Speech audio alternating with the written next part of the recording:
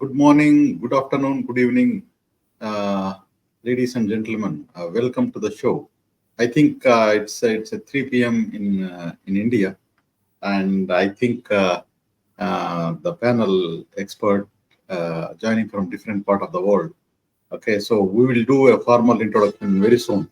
So, how was the things, Vivek, at your place now? So, you are in which city? Yes, Sydney. I'm in Sydney, Australia. It is Okay. 7:30 in the evening here on Saturday, and I live Mhm. here for last 35 years.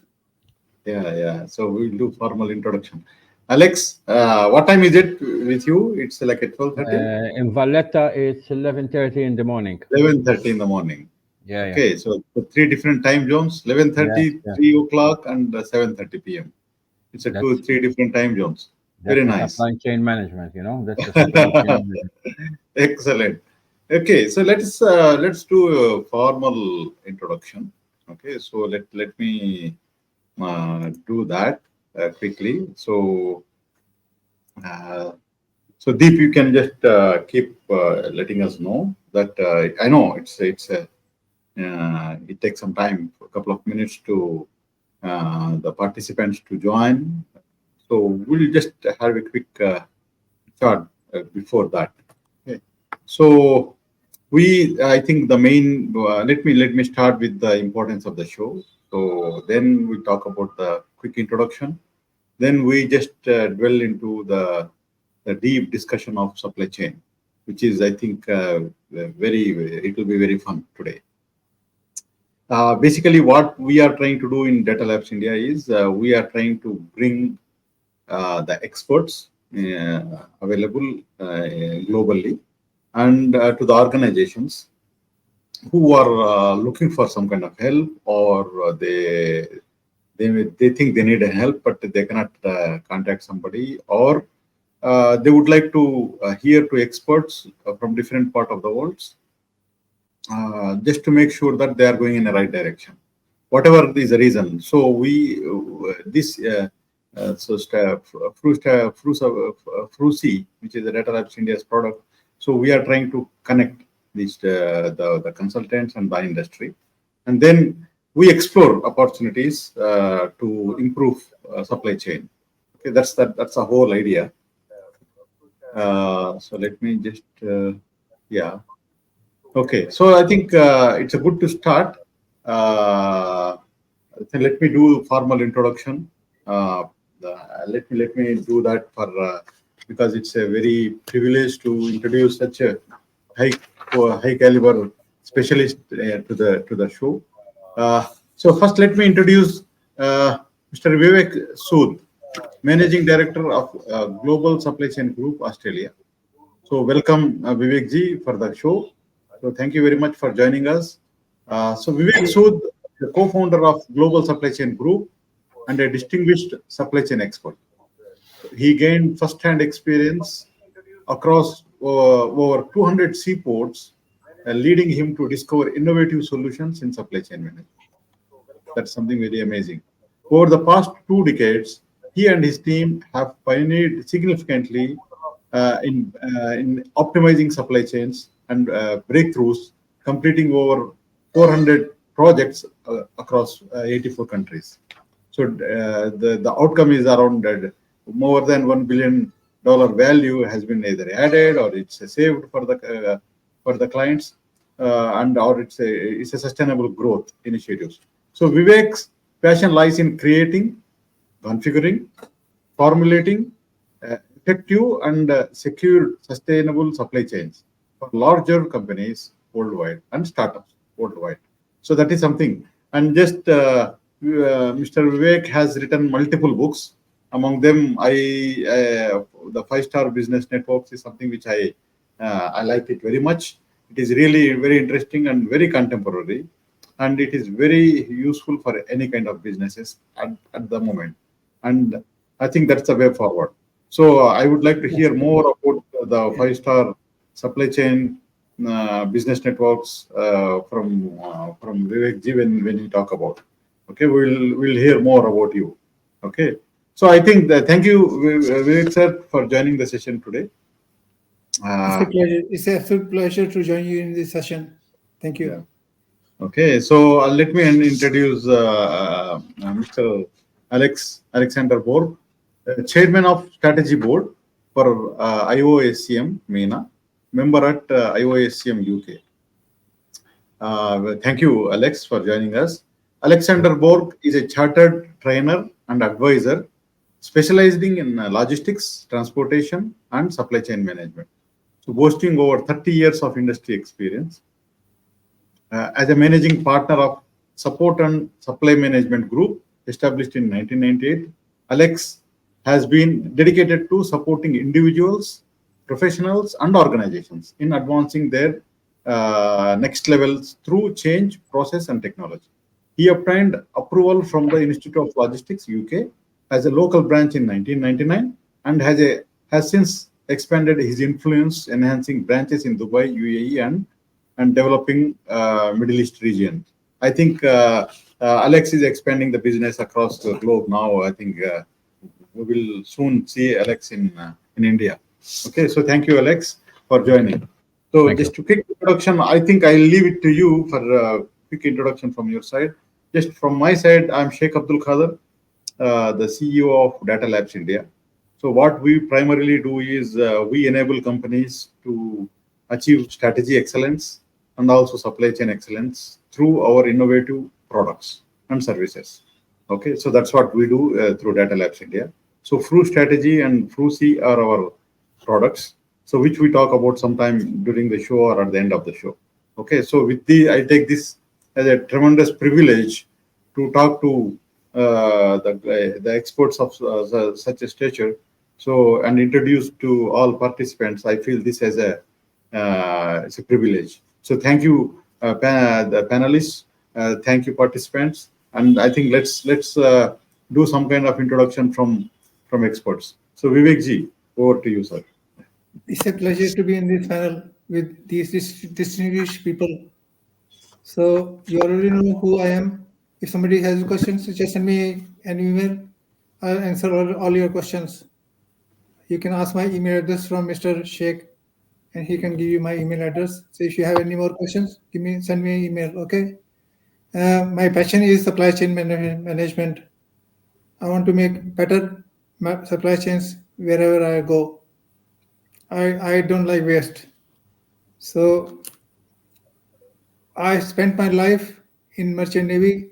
I started as a cadet, and I saw a lot of waste, and that waste really frustrated me. It makes me very angry and frustrated.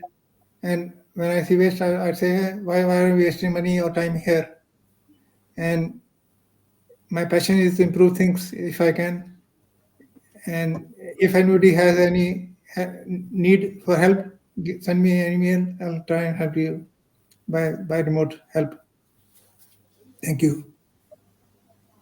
Thank you, Vivek ji. Thank you very much for joining such an distinguished professional in supply chain. So we will realize how much you know during our discussion. Alex, yep. Oh, I joined the captain. I am on the same wavelength like him. I have the passion for it for the last more than, I think, 35 years. I started my career as a store assistant storekeeper, and I move up step by step until I reach the position where I am today. Without passion, you can't do nothing. If you can, that's what makes you what it makes you passion. Because you keep on moving and discovering every day, and meeting different people, different cultures, different minds, attitudes, organization structures. So many, so many, so many. Wherever you go, um, we are where we are because we see things different maybe from others, and what we're trying to do is that we didn't keep it for ourselves. We are sharing our passion with others. That's what we are doing. It's not easy, but we are doing it. And what we want to do, like captain, we want to have a better world, and we want to live a better world after us. So hopefully, if everyone puts some effort and a bit of passion, we will have a better world. And every because I strongly believe, there is a room for everyone, in this world. There is a room for everyone. There is an opportunity for everyone, but you need to find that opportunity either in your country or overseas, and you need to take it and make good for yourself, for your family, and for you and around you. So if you find that passion and you try to take it to next level, we can do better, all of us. Fantastic. I think the passion for improving lives of individuals and organizations through supply chain and logistics management Hmm. is something is very admirable. Okay, so thank you. So let us start. Okay, so let us start with the show because we have limited time. Let us start. Okay, let us take topic by topic. So first, let us discuss about customer-centric supply chains. Okay, so when we talk about customer-centric supply chains, so aligning supply chain strategies with the customer expectations and customer expectations and demand. So how? So I think this is something which is the starting point for any supply chain, which I think very few people know. Maybe some people think that supply chain is a standalone thing you operate something. Yes, that is for sure. But so what is the starting point of supply chain? So aligning the supply chain strategies to the customer expectations and demand. I think that's where we start. So over to you, Alex. So what do you think? So how does that Okay, companies now okay, to okay, okay. to Okay, I will share with you something which happens to me. It's a bit funny, but I will share. Long time back, very long time back, I was having an interview for a consultant, which is normal, right? On those days with PwC, PricewaterhouseCoopers, and the human resources consultant, which was a British lady. Before you go to this kind of meetings, you don't need to waste your time on stupid things like who you are, because they would have done all the research about you. So you go straight to the point. And most of the time when you are advisor, most of your time, what you do, you solve problems. You map the supply chain and you solve problems, right? You try to find Mhm. where's the weakest link, etc. So she told me, Alex, how do you normally carry out a supply chain research? And I was very simple in my answer, which is a bit funny. I told her Z to A and A to Z with full stop. She told me, what? I told her Z to A and A to Z to full stop. She told me, I've been in this profession for many years and I have never had such an answer. Can you please elaborate what you mean Z to A? What is this? I said, look, most of the time we spend a lot of time trying to identify what the customer wants. So if we go straight to the point at the last part, what customer wants, at the end destination, we try to identify what they want at the end of the day, because our job is to provide the best. We're trying to deliver the right product at the right time, at the right place, with the right quality and cost, etc.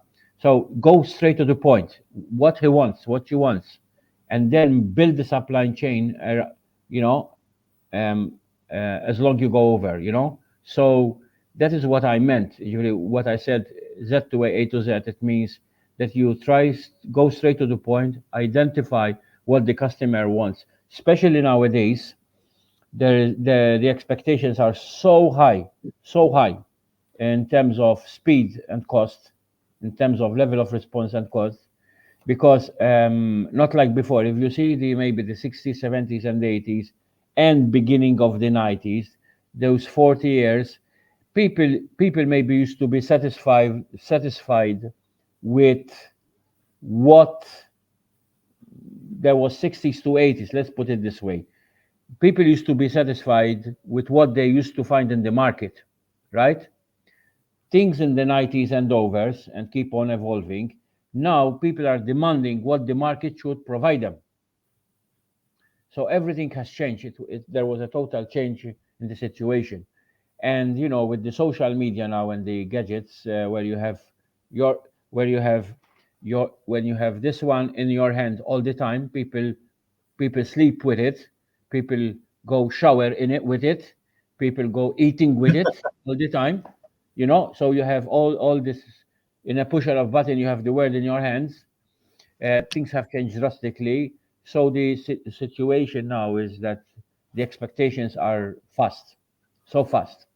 You push a button, and in few hours you have a burger after your, these this mobile courier motor guys who deliver food chain, etc. You have a burger after your door, in or pizza in few minutes. Things are go fast, So things, and will continue to be. The expectations are growing, the expectations. So basically, most of the companies have understood this point, that they need to be relevant to the situation of today. They need to be close to the customers all the time, in terms of communication, listening, delivering all the time with the right product and costs. And it brings a whole complex all together. I will say it brings all complex all together. What do I mean?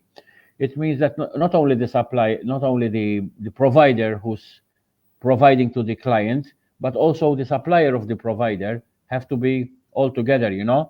We had a various examples in the past, like Dell Computers, where they have developed a whole strategic supply chain all around them in different areas around the world.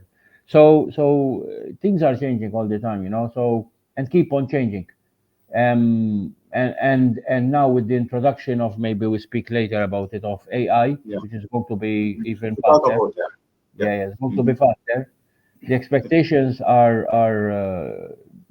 you can't be in a second division now. You have to be Premier Division.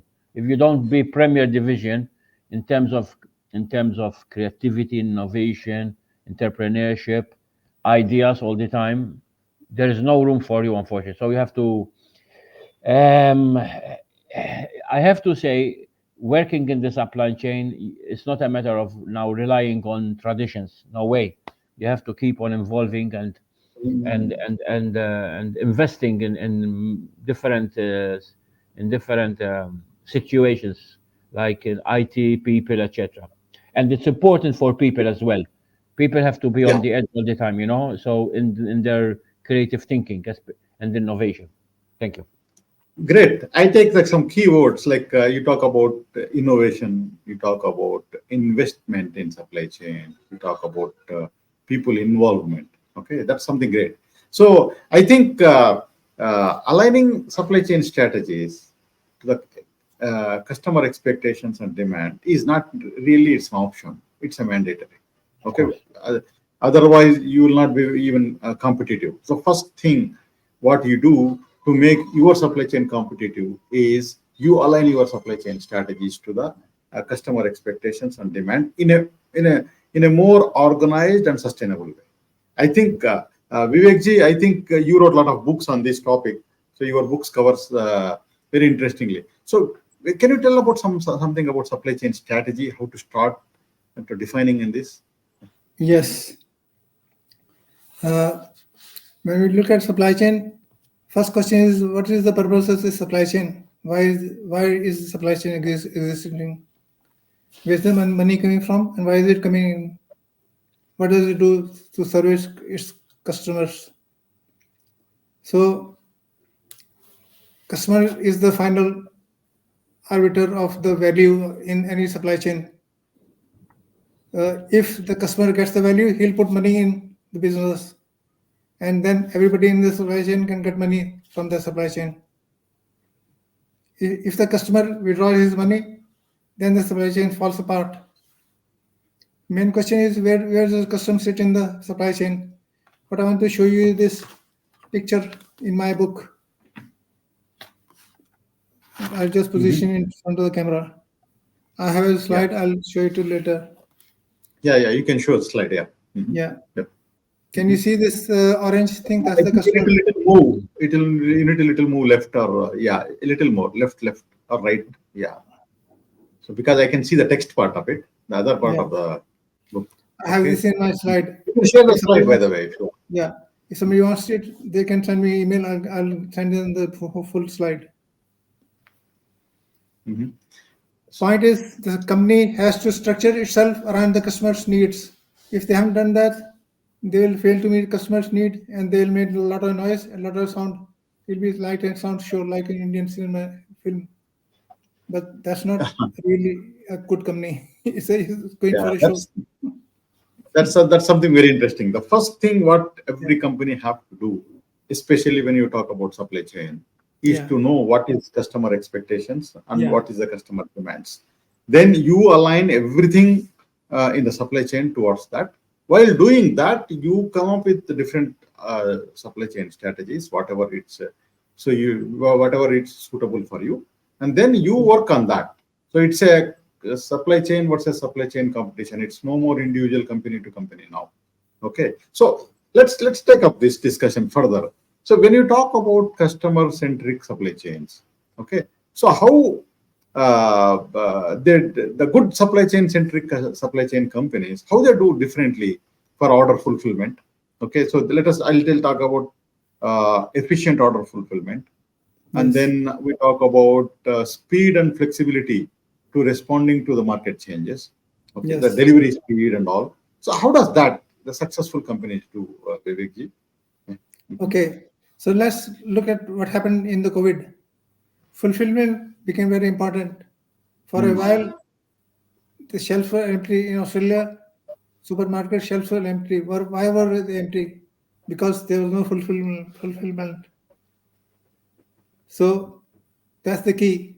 That's the touch point, customer touch point. If you have goods on the shelves, people can go and buy them. That's the key. If customers don't get the stuff, they'll stop buying your stuff. Mhm. So that's the very important thing. That's great, sir. Yeah, that's great. So order fulfillment basically it is not it has a multiple parts in that. So you Yes. have a customer order intake. So how customer enters the order. So how Yes. you respond to the delivery. So if it is off the shelf products, you need to make sure that the product is available. If it is a make to order kind of product, so you need to produce and deliver it. So in whatever scenario, so order fulfillment is one of the most important supply chain process in the company, in any company. Okay, I think Absolutely. if we take the first, which is the most important process in supply chain, which is I think order fulfillment. So that is the push, the pull or push from the customer. So what is happening? So That's the start of supply chain. Customer money is the start of the supply chain. Customer yeah, walks in your exactly. door. He wants these things. He has the money in the Mhm. hand. You don't have it on the shelf. He walks away. He won't come back again. He once. So very nice, sir. I think customer must be happy or something. Maybe he will not tell you that he is not Yes. happy. So Yes. how does that customer feedback loop will take into supply chain processes, Alex? So what do you think? How can we take the Um, feedback loop? Yeah. I don't agree with you on some points because if you look, for example, the business model of supermarkets, for example, okay, for example in UK, but all over the world now, they have created long time back what we call the CRM, customer relationship management, and one of the scope was to create this loyalty card, you know, loyalty card where they're because in a chain of in a chain of supermarkets, you will basically you will have two type of customers. Mhm. Those which we call the repeaters, which keep you in the Repeat that. business, yeah, and those the ones who call them one off, who come just pop in, buy something and leave, and you never see them again. And but you build your business on the repeaters, and out of that percentage of repeaters, you always have a bit of drop and newcomers as well. So you try to Mhm. keep your market, your position. But the retailers, they have created so much mechanisms in place in terms of relationship management with their customers to make sure that try to understand when they are moving in, what type of stock they are buying, how much they are spending, which we call it customer behavior, right? So and there are, I would say, there will be, if a customer is happy, okay, if a customer is happy with the retail outlet because they found fresh products, genuine products, reasonable prices, okay, reasonable prices, selection of quality, selection of quantity, of variety of products, and they are happy, maybe you will get their feedback. Maybe because nowadays there is so much. Even retailers have created different platforms where they correspond with their customers. It's important for them. It's important, especially in remote areas where maybe you will have, a big supermarket, a big name all over the world, and maybe there is not much where you can go, so it's more convenient for your house because the supermarket is close by. The relationship and the communications, it's important.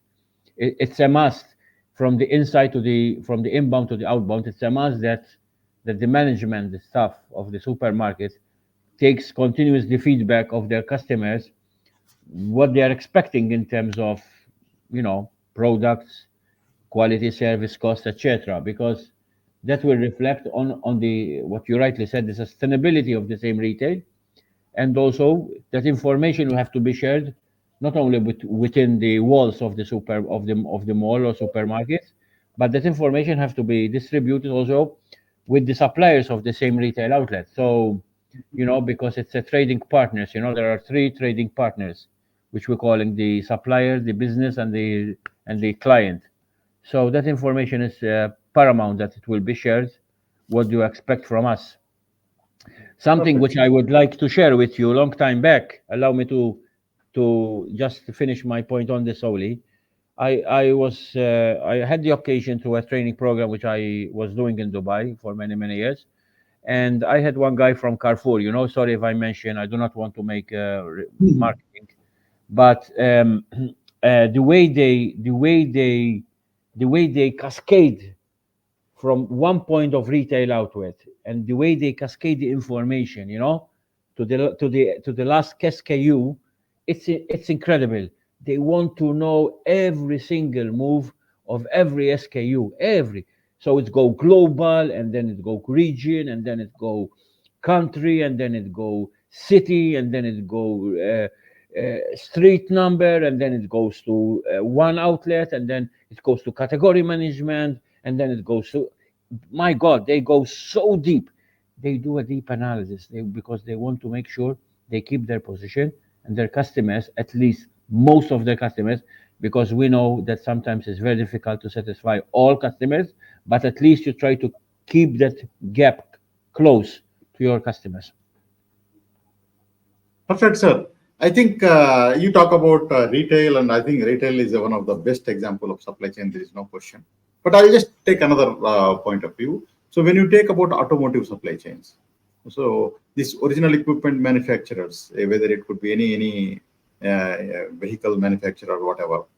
So what they do is they run on very lean inventories. So what they do is they push all the inefficiencies to their tier one manufacturers. Now, this Taiwan manufacturer is one of the for him, it is one of the key challenge for him is the order fulfillment. Because when I did consulting for one of our Taiwan customer, so one of the major problem for him is he has a capacity, he has demand, he is unable to supply. He has a capacity and he has a demand, but he is messed up. So he is not able to meet that demand in despite having capacity. It was very simple. It was very simple collaboration between the customer service department who take the orders and something, and then the production. There's very simple link that you have a visibility of your production capacities and also customer orders, solve the problem, and then the problem solved just within a couple of weeks, and they started seeing that the capacity utilization goes tremendously, maybe 20-30% more. So with a simple optimization concepts, process by process, you can make a tremendous improvements in the supply chain. So order fulfillment, as we talk about the customer centric strategies, customer order fulfillment, okay, and customer feedback, I think it's very important. Even if you are not getting a feedback, you should find a way how you do that. I Exactly. think that let's take up this topic. It's very interesting. It will never end actually when we start discussing in detail.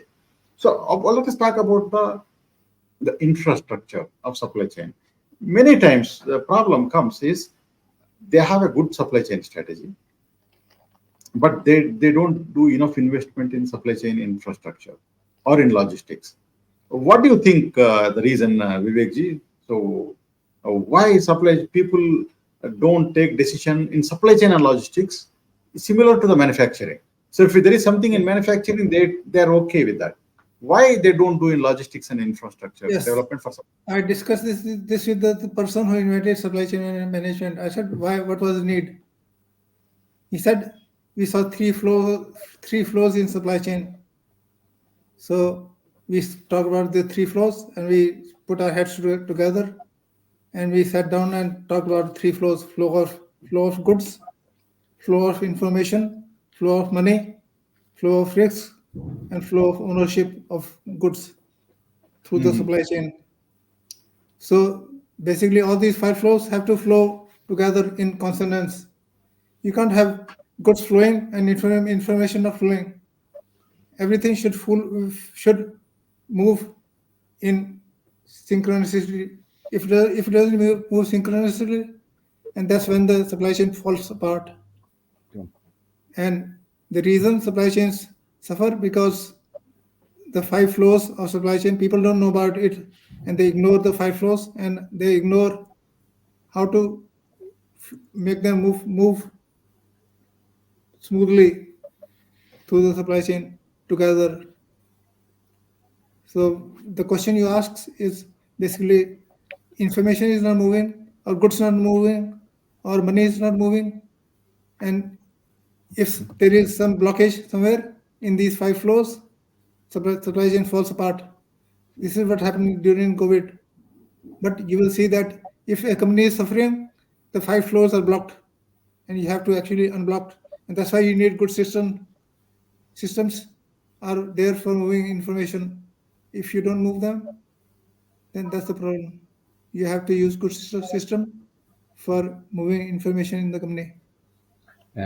Sheikh, Yeah, yeah, yeah. uh, Please, Alex. we need to take into consideration also policies, because what is happening, we need to accept the situation where, unfortunately, supply chain was not always in the boardroom, like maybe marketing or finance or IT or legality. COVID have destroyed a lot of things and a lot of people. But on the maybe, if there is one positive thing about it, if there is any one positive about it, that have it has put supply chain on top of the agenda, because before, supply chain was not always in the boardroom. Okay, that's why I agree with Captain Vivek about the flows of all these five flows, that they have moved together, and there was a lot of blockage. And also, with policies, it comes leadership, because you need, for example, now, I was happy to witness that Saudi Arabia, if you allow me to share with you, I think it was the first country in the world. I know, I'm not sure, but I think it was the first country in the world who have put a minister for logistics and Mhm. transportation. Unbelievable, unbelievable. Why the West did not do the same thing? Why? It was, you know, why? That's a good question. the That's a good the question. Yeah, West yeah. Yes. the West was so much in advance in many things, where the East were looking at the West, you know. But we think we know it all. In Europe, for example, we think we know it all, and we don't know nothing, because now the others have been following us, and they are much in advance in many things, you know. And phew, the business model have shifted now. Sorry, I don't want to go into this matter, but but what I'm trying to tell That is you, true. even That is true. even if you organize your internal flows, okay, you still depend on policies, country Policies. yeah, country leadership, which makes good policies in place, Mhm. which will allow these flows, which Captain Vivek is mentioning, because can't do it on your own. No, you need policies which make sense. And for example, in Europe, unfortunately, with all respect, banks are not helping much the supply chain, unfortunately. are not helping at all. They are killing the small business, unfortunately. They are killing the small business. Okay, you can have some governments in different countries. Maybe they have friendly use SMEs policies. Okay, it's true. It happens in my country, in Malta, where you have the government implementing SMEs policies, support systems, subsidies, anything that. But then, when it comes to the financial sector, I'm talking about banking, they are ruining everything, with all respect, ruining everything. And we know that most of the time, I would say 90%, maybe a bit less or a bit over, 90% of businesses across the world are SMEs, and these are the one who are suffering. Yes, These yes, are the yes. one who are suffering. And when you go and speak to them, like I did many times, to try to see what they are doing in the supply chain, if they have a unit or people in place with the right attitude, skills, and most of the time, no. So unfortunately, that's why the supply chain suffer a lot at most of the Mhm. time, because I think, even if your organization will implement all these points that yourself and captain is talking about, but then you have a bit of constraints and challenges from the external point, yeah, that's true. That's true. That's true. Actually, the regulations and the policies of the government plays a very important role.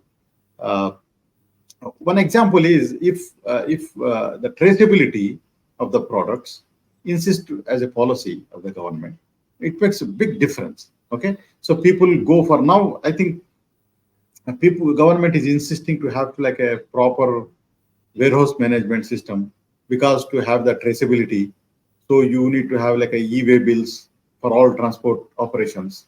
So e-invoicing, almost all developing countries and I think like Europe and United States, they might have it already everything in place, but the developing countries are just now they are going towards that. So that the policy change is makes a big impact on the whole wave of supply chain optimization across the country. Okay, so as you said rightly, in Saudi Arabia. So when I was there, one of my colleague was there. His name is Khalid Al Bakri. He was the deputy minister for postal logistics. Okay, so I was the supply chain planning vice president, and he was the vice president for logistics. So he became a deputy minister. I know the guy how he pushed, helping the government to implement the policies. So when I talked to him, I really it's amazing, as you said, Alex. Yeah, it's amazing. Yeah. That's great. So let's take some very interesting topic. Okay, so let us talk about this multimodal transportation. So I think we have different experiences here, Captain Vivek. He talk about marine and the transport. Alex can talk about the logistics, the train, and so let us talk about what is the role of this multimodal transportation in optimizing your the global supply chain. So, Captain Vivek. Okay, let's look at the challenge. You have to get goods from point A to point B. There's no one thing that you can put it on and in at point A and then get there in point B. It has to go through many modes. You have to put it on truck or something. Then you have to from truck you have to put it on the ship or put it on the plane and then take it off the plane or ship. Again on the other side you have to take it off the plane and put it on a truck and put it somewhere where you can deliver it to the receiver. So multimodal, very simple. The best way of getting goods from point A to point B to basically use two or three things: ship or truck or train. The most cost-effective way is use many modes of transportation. So whether it's ships or air or trucks or train, you mix and match to get the best Mhm. result. So we have advised our clients to change the supply chain in many different ways. Sometimes they have been taking the easiest way, and we have to actually go and advise them to change the way. Sometimes they never thought about shifting the Exactly. modes. So we had to Exactly. go and tell them that look, stop sending by train. Now you can change it to trucks to the port. So if you do that, you'll reach there faster to get the results. That's great. Basically, I, yeah, yeah. Please, please, please. Yeah. we I have to was so look at what the excited. results you want. You want to reduce the cost, or you want to get the best timely results. So if you look at the KPI, so I want to talk about one thing which is called supply chain dashboard. Mhm. So once you have a dashboard, you know that you are measuring costs or time or timeliness, whatever is the KPI that you're worried about. You have to think of the best mode for getting the KPI result. Mhm. Multimodal is very important to get the right mode for the right leg of the transportation. Very interesting. Very interesting, sir. I think you said very important point. So if you want to really optimize your costs and also optimize your speed, okay. So Yes, you should not stick to very simple model or something. You need to go for multimodal, which is suitable for you. I think that's very important key takeaway. So people are now who feel comfortable with one kind of one or two modes of transport, they stick to it. Sometimes they ignore the big picture. So having a multimodal transport planned and executed effectively will reduce cost. That's very it's very important. simple. It's very simple. Suppose you're going from your home to your office or to say another city, say Bangalore. So you say, I'll take a taxi to airport and catch a plane. But you have another option. You can actually ask your son to drop you at a railway station to catch the train. Now, which one is better? Exactly. You have to decide. That's true. That's true, sir. There's an analogy. You can take Mhm. anything. You can take train or plane, or you can hail a truck if you Yeah, want. That's cheap. But that's very there are many ways interesting. of getting there. Yes. I think, Alex, I think these emerging logistic hubs and trade zones now across the globe in almost all the countries. So they are introducing new logistic hubs and trade zones. Okay, so which to help organizations to Mm, do logistics better. mm. So in this evolving infrastructure and same thing, how people adjust and how they get the benefit out of it. So, what is your experience in this, and what do you Okay. advise? On a positive note, we have witnessed that many countries around the world have invested heavily in IT infrastructure at the aviation sector. Okay, a lot. We have seen airports expanding wherever you go. At least we have seen airports expanding, and also introduce new code areas and new route areas. So I believe even during COVID, that with the so much restrictions in place, the mobility did never stop. Okay, I mean it went a bit down, but still people, especially after COVID, the expansion of the aviation was of and sales of aviation was incredible. You know, so I think we have seen a lot of investment in aviation industry in terms of airports, including cargo, and in terms of infrastructure, and a lot of online platforms in terms of book your cargo, people, movement of people, movement of goods. In terms of hubs, yes, I believe many countries have introduced a lot of hubs across Europe and Middle, at least from where I am, from where I travel most of the time, Europe and Middle East. We have seen a lot. Most of the Middle East countries, I would say, most of them, have invested heavily in these hubs and free zone areas. What is important now? What is important, because even in Dubai, for example, we suffered a lot about it, um, especially on pharmaceutical and food. Okay, what they need to do now, and they have been talking about it for many years. I've been in discussions through different seminars and government conferences, and they were trying to do it. That, for example, in Dubai, you have so many free zone areas, right? In UAE, so many free zones area. what they need to understand that between one free zone and the other, they need to recognize each other. So if you bring some commodities in Jebel Ali and you want to release them and you want to send them to Abu Dhabi, that the other free zone have to recognize, especially when you have a federal country, between different states. They need to recognize each other. This is very important. Once you clear your goods from one free zone and you want to shift it to another free zone, okay, into another federal, they need to recognize each other to make sure you don't waste time and the flow of goods, especially if it's medicine or food, because you have so much dates and budget number and so on. It needs to move quickly, especially in hot weather, So they need to work on it. They started to talk about it. At least they started to talk about it. Another important point is in some countries they are introducing rail systems. For example, I'm sure you are aware of it, that there is a big project happening in Middle East, and to tie up also Egypt, and North African, we call it Maghreb, and that is going to change the whole supply chain. Because, for example, from some countries to go to Saudi Arabia, you need to wait so much hours, and people are getting fed up, you know. So railway could be a good positive contributor in moving things along without wasting time.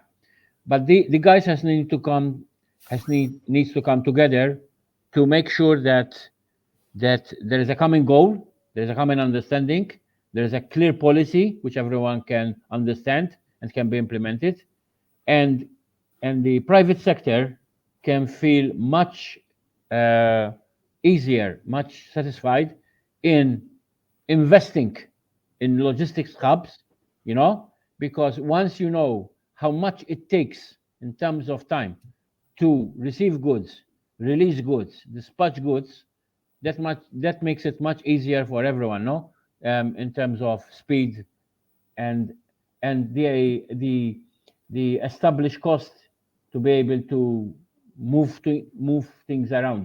That is very important. Um, um, but now, but now, there is. I'm happy to say that I have witnessed a lot of investments in many areas in different countries. I think the one piece of puzzle which is missing is the policies, clear leadership and policies, which is needed, which is needed. Because even from the allow me to say, if I look at it from the other part, even from the knowledge base situation of people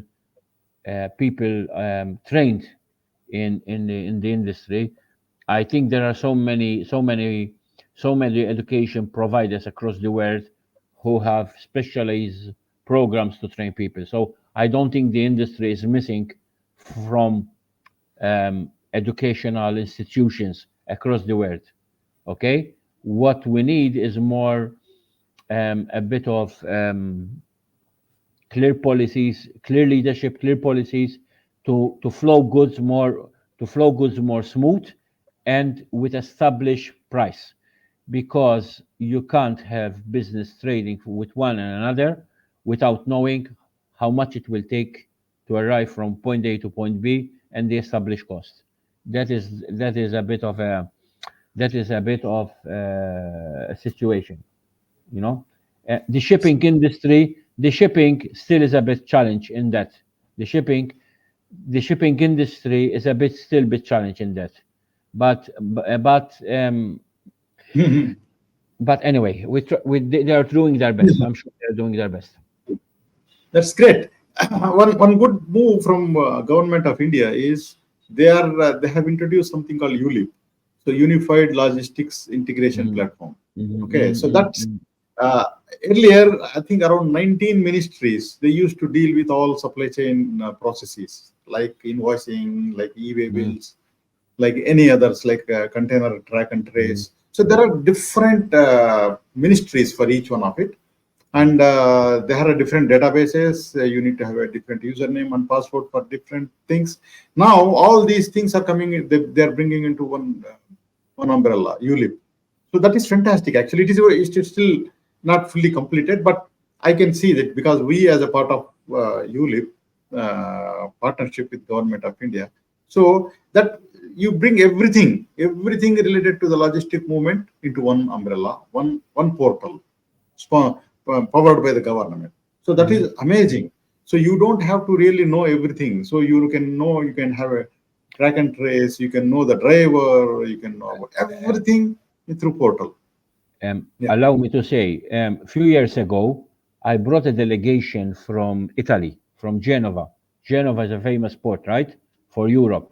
It's a big port, and Yep. they wanted to establish a warehouse hub in Malta, right? So we've done some studies, okay, and I brought them here. We went to see the site where to build the hub. We wanted to import fruit from uh, from Europe and packing and labeling in Malta, and then distribute it to the North Africa, to the Mhm. Maghreb, to Morocco and all the other countries.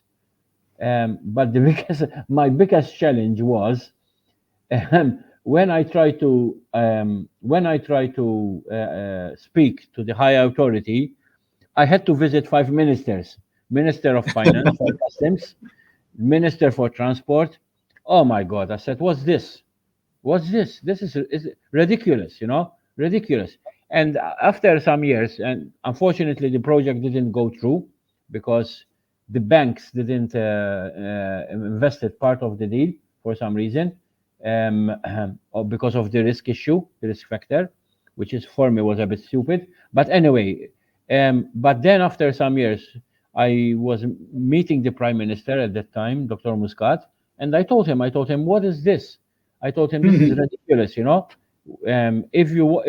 Have one, if you would like to attract foreign direct investment in Malta, and you want to delegations to come and invest, you need one minister, one porting. Well, as you rightly said, that company will meet him, and everything will be clear, like you said exactly. This is a case study, was one particular case study. So fantastic.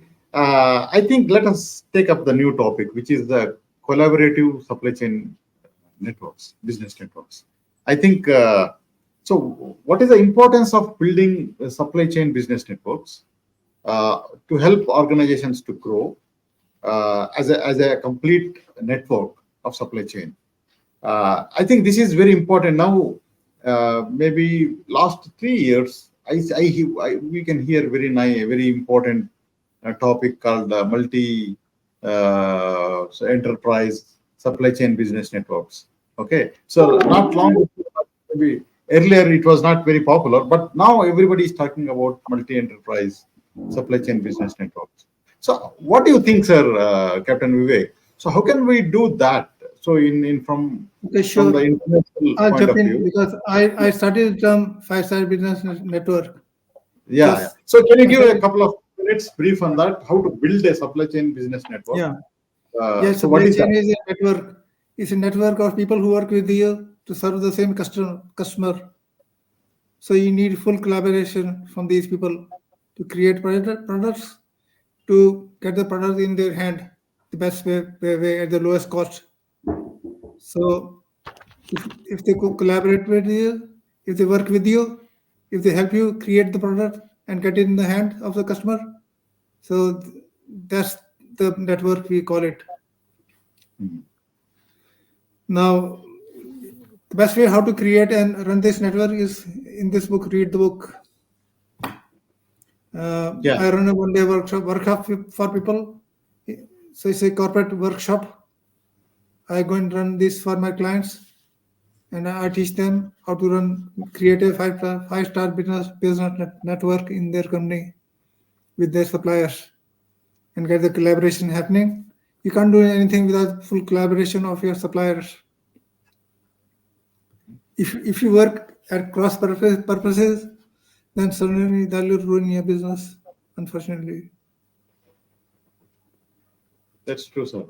Yeah. So It's like we are talking, three of us are talking. We don't contradict each other. We listen to each other with respect, and this is collaboration at work. that's fantastic, sir.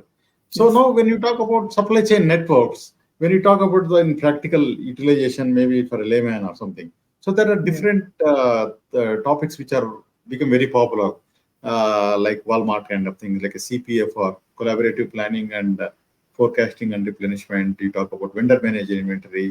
You talk about many other concepts started these business networks.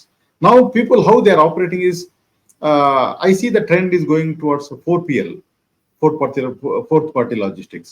Now they are eliminating the intermediaries and then enabling smooth flow of goods from the supplier to the end customer seamlessly.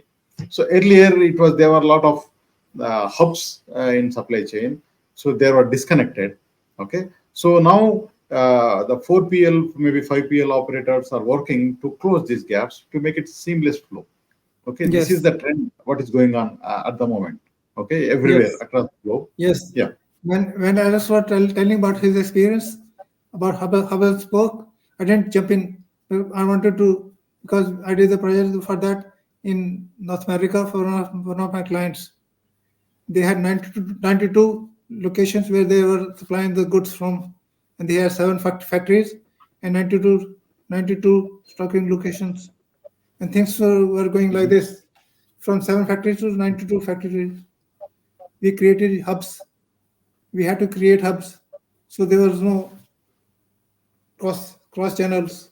And suddenly, a lot of money wasted got saved. So company saves $35 million a year as a result. So Mhm. that's the best way to create hub and spoke model, and to optimize the hub and spoke model. A Yeah. lot of money can So be I think saved. Hmm. yeah. So this is very interesting. We have a few questions also. We'll take it up. I think after this, uh, when you do the whole supply chain optimization, the optimization models play a key role. Whether it could be a least square, or linear programming, or whatever, you know. So these models earlier it was only theoretical. So now, or maybe the best of the best supply chain companies they were using that earlier. But now, I think with the invent of all the modern supply, the concepts, the solutions, so we are also from our side also we are also introducing optimization, supply chain optimization models, which are available for any supply chain companies. They can optimize their supply chains right from the milk distribution, like from the fruit distributions, vegetable distributions, or any Yes. other supply chain things. So introducing these concepts also helping. Okay, Yes. so yeah, so I think let us take one question because we have some question here. So let me talk about it. So Yes. because I know until if you wait until the end, you will miss it. Okay, so one question, Hani Ahmad. So what is the best way to get the customer feedbacks? So that was the question I think we discussed in the first topic. So how to get the customer feedbacks? Just very crisp in retail, in manufacturing, business to business. Okay, so how do you do that? So very important because it's not only about retail. Okay, Yes. you talk about B2B, you talk about international customers, Okay. services customers. So how do you think, sir? What is the best way to get customer feedbacks? Alex? It's a I very think, good question. yeah, I think nowadays the modern way of taking feedback from your customers is on your mobile with an app. Many companies have created apps where you can just go on the app, put your comment, and the one who's receiving it from the retail point of view must make sure that someone is replying in time with the right answer, and there is action on that. If the point is valid, if the point is valid, there should be an action and a response, and the customer will be updated. Will be visibility for the client to make sure that the one who's sending suggestions or recommendations is having feedback. But the most convenient way is through an app where you can download Many software companies have created apps where you put your comment, the comment is received, there is established time where you get a response, and someone is following. It's very important. And there is action. Action is very important because if the customer doesn't see action, what's the use of having all this? Can I say something? The best way to Yeah, yeah, get please. feedback is to go and talk to the customer. I know a client of mine. The CEO goes out to CEO of the customer company, sits with him for half an hour and says, "Hey, how are we doing? What did we do wrong? Tell us. They How can appreciate we it. do better?" Yeah, yeah, yeah. I So agree this with you. is Ask the them. customer feedback. Customer feedback immediately after you complete it. So take as early as possible feedback, because Yes, yes, if you delay you taking feedback, what happens? There may be something in between. Maybe he forgot, or he don't experience. He maybe he just is with. Maybe there is something else. Some other problem is there. So try to take feedback from customer as early as possible. The moment you finish your delivery, or the information you finish your service, whatever. So try to take as much as quickly as possible. And sometimes if you don't get feedback, that's not a problem, because in retail you will not get it. You try to inform somehow. So you at least you selectively you invest time. So those some customers want to give in feedback. By the way, they love to give feedback. So take them, ask them. take their inputs. Some people are there in hurry. Or for example, I don't want to share my mobile number in the counter. Okay, so but I'm happy to give my feedback. Okay, so that's you need to train your point of sale guys how to take the customers in case of retail. Okay, so that's a best point, where you get the feedback. Yeah. Okay, Yeah, so we have please share uh, my mobile number or my email. So I'm happy to get feedback from people who are in this conversation. okay, so we have a question about sustainability. Sustainability is we talk about next topic, and then we have something about last mile delivery. Maybe you can take up this question because it's very interesting. One question from Jayshankar is, what are the key challenges of last mile delivery in densely populated urban areas with high labor costs like those in USA and Australia? Okay. For instance, in India, the Blinkit is one of the company. I think it's a Blinkit is from Zomato. So they are offering grocery in 15-minute delivery. Okay, somebody like Amazon and others also is not able to cope up with that kind of speed. It has its own challenges. It has its own challenges. By the way, uh, yes, it's a 10-minute delivery, but it has its own challenges. You are killing somebody there.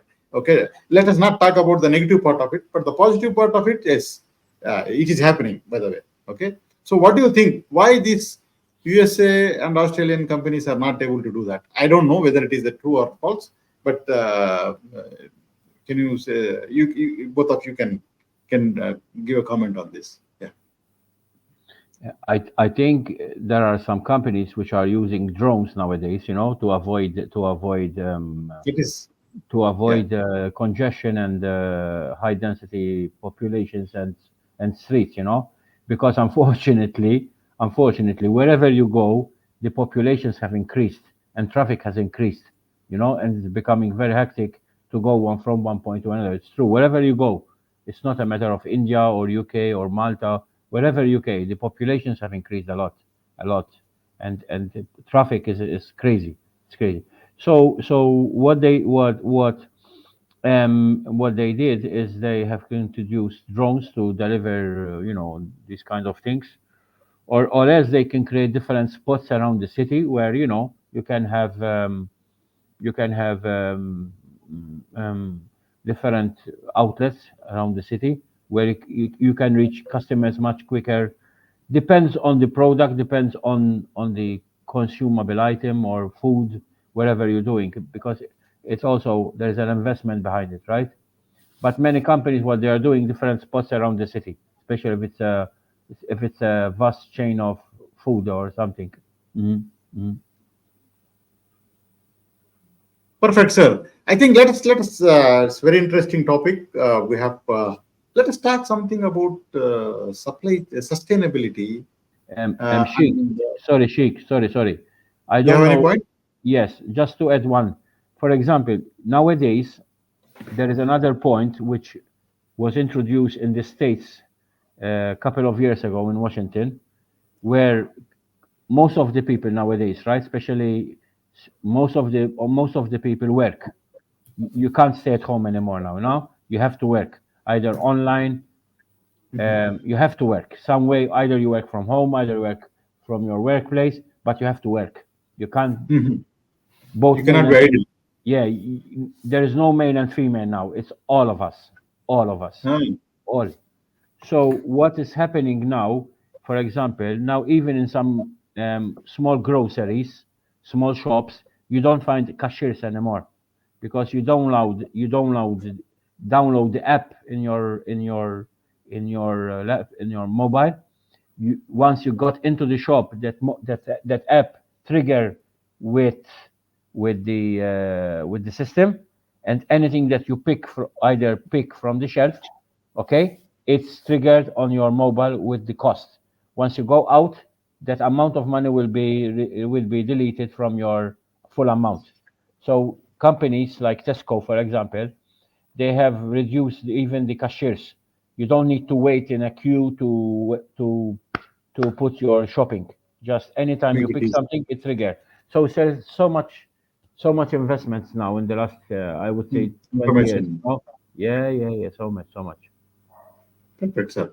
I think and I think it will keep on increasing. Maybe with generative AI, it will be more innovative in that part of the world. I think in the supply chain, the majority of innovation starts with retail, whether we like it or not. Okay, Yes. because it's a direct touch with customer. That's where the primary innovation will start. At least it will, of course, eventually it will move through the entire supply chain. There is no question about it. So let us True. talk about very important topics, sir. The sustainability and the green supply chains. Okay, I know Captain Vivek, he wrote a book on green supply chains, and he talk about more about this. Okay, so now even we talk about sustainability every day. I think we hear like environmental, social, and governance (ESG). And primarily, yes, ESG started with manufacturing to start with, and of course, with the transportation. Okay. So, what do you think about sustainability and green supply chains? How can we do the implementation of this, like implementing like a circular economy principles to reduce waste, kind of thing? Okay, utilize Yeah. renewable These are energy. my thoughts. Yeah. Can you What I just noticed, there's a talk lot of about lip sustainability? service. Yeah. I noticed, Yes. noticed lot of lip service. I noticed lot of possibility. People just don't care too much. Exactly. So so many companies I see waste the opportunity to save the planet. They just worry about dollars and they don't invest money to actually be green. There's a lot of I wrote in the book. It's called greenwashing. So there's a Mhm. whole chapter in the book called greenwashing. So there's Mhm. a lot of lip service and greenwashing happening. And I will stop here. I don't want to jump on the podium. I don't want Yeah, to go to manifesto. Right? The book name yeah, is that is true, sir. That is true. yeah, But the regulation and policy yeah, will enforce this. Okay, you have if government is insisting for some kind of ESG governance yes, policies, it's sir. There is a point here. Now, yeah, companies don't want to do that. Okay, but the problem is the investors who want to invest in their companies, they want this. Okay, for whatever reason. Okay, because they want to invest in companies where they're very good in ESG practices, kind of thing. Because in future ESG is going to come anyways, whether we like it or not. Okay, so how to do that, Alex? You have any thoughts on this and sustainability and green supply chains? Mhm. It's a huge challenge, no? It's a huge challenge for every company, but as I agree with you that many of them they want to implement it because you have to look at long term, not short term. So yeah, I agree with and I think I believe even now with the new regulations in place, those new startups, which want to start a new business in the supply chain and logistics, the environment and the green logistics is becoming mandatory in one of the criteria they have in the checklist. They have to do in the implementation process. So I think even governments now, most of them, they have adopted this condition, especially on startups. But still, there is a lot of challenges. Still a lot of It's long way challenges. to go. Still a lot of Long way to challenges. go. Yeah, Long way to go. there are few companies who are benchmark. You look at them; they have adopted very good example how to have a green supply chain, like many free carbon and so many less paper where there is no paperless, so many things, so many things, you know Mhm. but still has some challenges on it, still some challenges. Yeah. So I think the even supply chains are now that many companies now we hear about circular supply chain where they Hmm. want to reduce the waste, they want to maximize utilization of Hmm. the reusable Hmm. parts. Okay, so Hmm. that only very bare minimum minimal amount of waste is there. Hmm. Okay, especially when you talk about electronics manufacturing like mobile. Hmm. Okay, Hmm. so we recently had one. We interacted with one company from Europe. Okay, I don't remember the recall the name, but what they do is they just rent out all the mobile phones. They don't sell. Okay, of course they give it for a reasonable price and then they take back maybe after a year or two. Okay, and then they just do the reprocessing of it, and maybe they do whatever. Okay, so they are trying to do some circular supply chain processes. With that, you have an option to reduce the waste in supply chain, and of course it's a part of supply the sustainability overall we talk about. I think there is something you hear something like this, Alex, Captain Sir, uh, how these circular supply chains work very quickly. Yes, there's a lot of talk about circular supply chains. Many examples. I was watching a video on YouTube how in Pakistan they're taking engines apart and Mhm. manufacturing engines for cars, and these are broken down engines where the pistons are totally damaged, or the piston liners are damaged, and they have found a way to remanufacture these engines and fit them back in the car. So these are popular because they do last better than the original engines. So Yeah. I think Mhm. uh, there are many ways. Yeah, In yeah, my book, even it maybe is the circular supply chains, maybe they are doing it by design. Okay, so now yes, when you do it, so yes. you keep the reduction of the waste in your mind.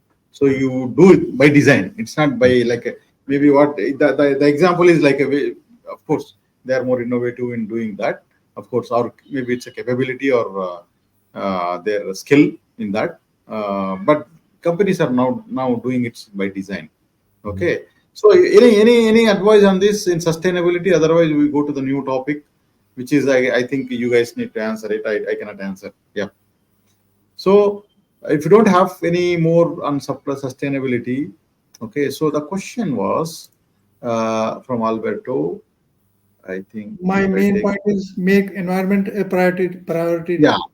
So what is the role of sustainability in supply chain management? That was the question from Alberto. Mhm. Okay. So, any quick thoughts on this so that we'll go take up the new topic? Yeah. Mhm.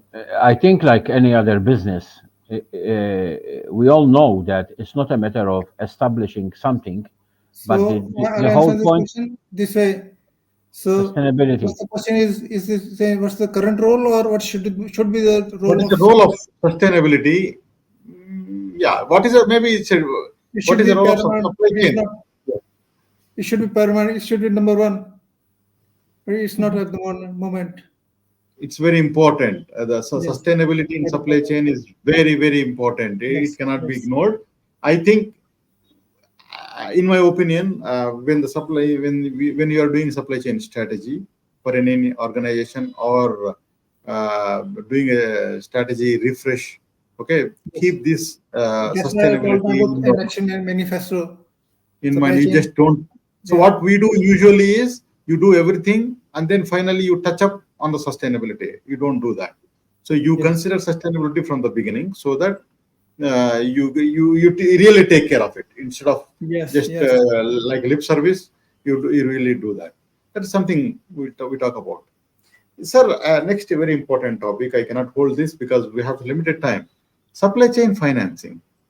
Okay, so that is something very interesting topic. This is a Now different difficult topic because it's a we complete different topic. I think I know. I'm not very. Uh, it's very complicated topic, by the way. Okay, so what do you think, sir? So let us take supply chain finance. So access to trade finance and working capital solutions, utilizing supply can I chain answer this finance one? to support SMEs. So Yeah. as you said, sir, I'll come to that. So SMEs, the small and mid-sized enterprises. So they need a lot of capital needs. So they have a very good business model, they have functioning supply chain, but they have a capital problems. So there is some technology leveraging the technology for this streamlining financing problem. So how do you think supply chain financing take place in future? And it is very challenging. Yes, sir, Captain. So my view is money is like grease. It greases the wheels for supply chain around the world. The moment money disappears, then the supply chains stop. They jam. So we are very concerned about this. So I'm hoping that global financial system keeps working. That suddenly uh, IMF doesn't dissolve. And if that happens, if there is a financial crisis, supply chains will fall apart. So basically, the question is very simple. The flow of money is one of the five flows, big flows of supply chain, and all the five flows should move in parallel to each other. If that doesn't happen, suddenly supply chain falls apart. The flow of money Mhm. is very paramount. That's That is what true, is, sir. yeah. Yeah. Rightly said. I just to add one more point here. When organization has a financial problem or financial crisis, okay, so usually they look at supply chain to reduce costs. Okay, so sometimes they reduce investments and costs in supply chain to a such level that you take a problem. It will become a problem for you. And if this happens to whole supply chain, then the penalty is to the end customers. The price of the products get increased. Okay, and everything the supply becomes problem, that it's not available, product availability is a problem, the cost is a problem, and then the end consumer really ends up in a problem. Okay, Yes, so there are as you different said, ways of solving the problem. They don't use the better yeah, ways. so supply chain finance the robust finance flows in supply chain is very important. Okay, so Yes. Alex, there are some companies who do that. Like if you have a working capital financing, okay, if you have good orders, how this work? You have any ideas how these supply chain finance companies work? Mhm. Look, I've done some research on this topic, to be honest, because it's a very hot topic, and it's difficult to see how many policies are in place. But what I did find is this: buyers. It seems like it works like this way. Buyers agree to approve their suppliers' invoices for financing by a bank or another financier, often referred to as a factor. This proves the short-term credit that optimize working capital and offers liquidation to both parties. Suppliers gain quicker access to money and are owned, while buyers get more time to pay off their balances. It's a bit of a collaboration agreement, what I would call it, between the buyer and the supplier. So, but as I said earlier, because I spoke about SMEs before, right? That the situation is getting a bit challenging from the banks. Okay, they need to adopt more clear policies for SMEs. because SMEs are facing huge challenges for cash, for cash, and nowadays everyone needs to get paid straight away, etc. Um, so so it's not easy. It's not an easy situation for the SMEs, especially for the SMEs. Yep. Yeah, that's great. That's great, sir. I think supply chain finance is one of the key area where there is a lot of research going on. I think people are going towards that with some innovative solutions. Okay, so we hope that the supply chain organizations get benefit out of it, especially mid-sized, smaller organizations. Okay, Um, so I, I don't know, but in Malta, for example, in Malta, the many like some countries, the government have established the investment bank. You know, so what they did, they collect part of the money that the government generates, part of the money that the government generate from the tax and mhm, I and from the same business, you know, the tax from the same business, they have invested in a bank, and the same bank is helping also some businesses.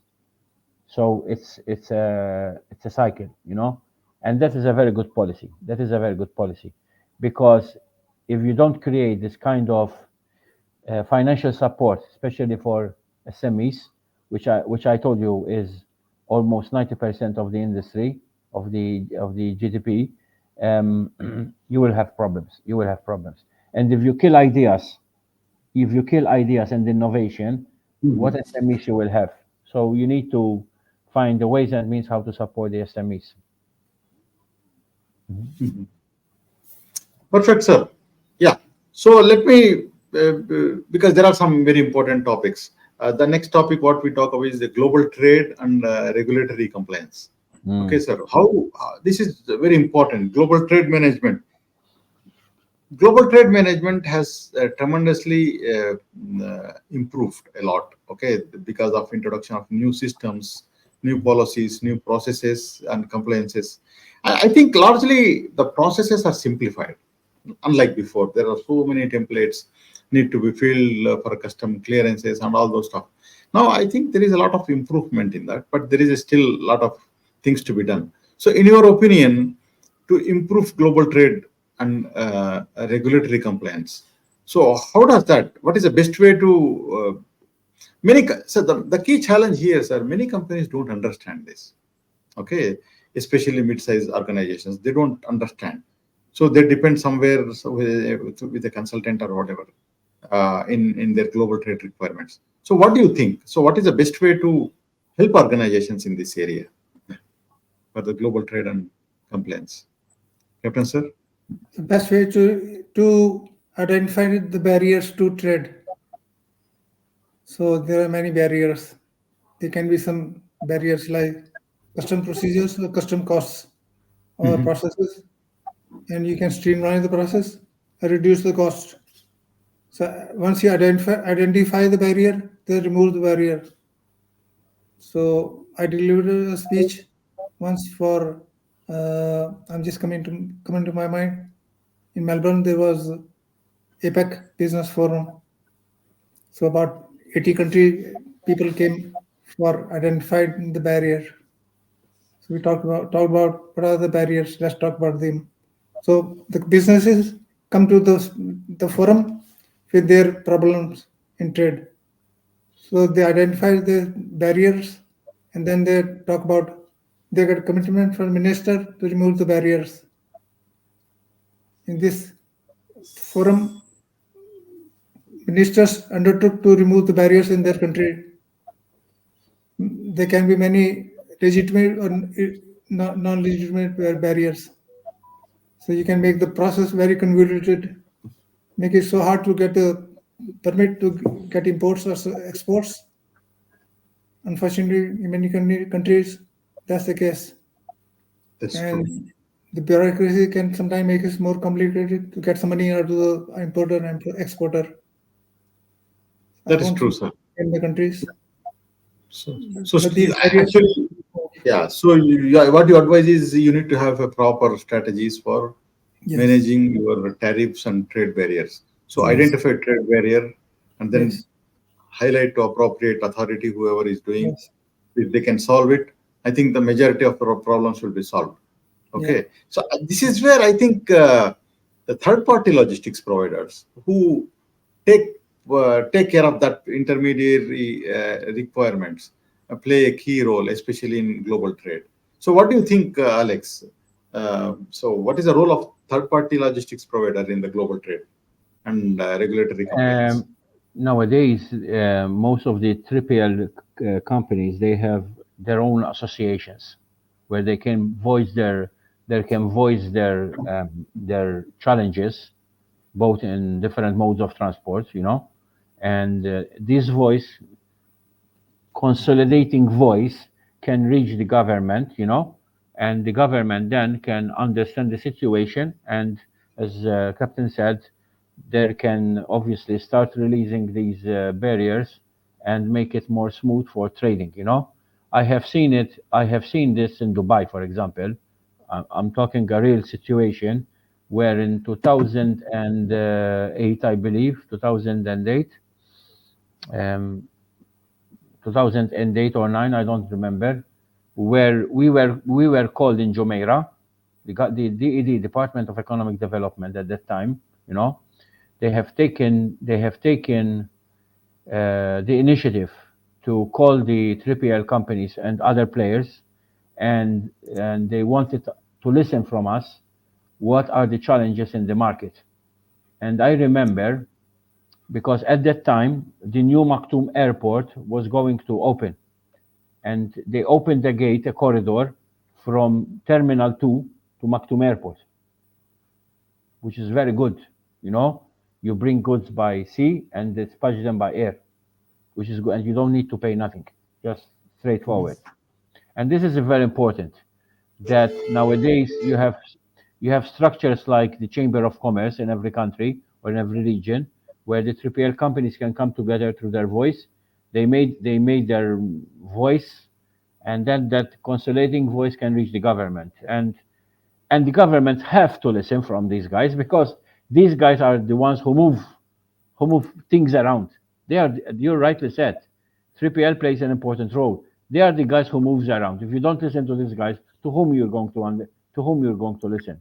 So you need to listen to them. You need to listen, okay, and understand what's going on. Sitting after a desk, you're not going to do nothing. You need to go outreach, and listen to them, and start implementing, which makes sense for the industry, because industry is changing all the time. The industry is evolving all the time. So you need to have policies which are friendly use, make sense, fit for purpose.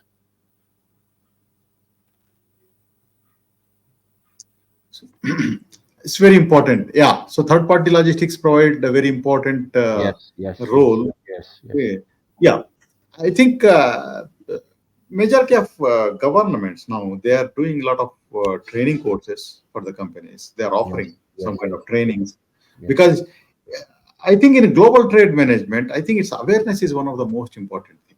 So there are, even if there is a process introduced by government, so communicating to the to all the stakeholders, that is very important. So no matter how much you do it, it's still is not enough. So you need to do more. Yeah. You know what I like? You know what I like? And even in Dubai, most of my friends are from India, no? In Dubai, most of the logistics industry is managed by guys from India, you know that. And I do have hundreds of friends because I've been there.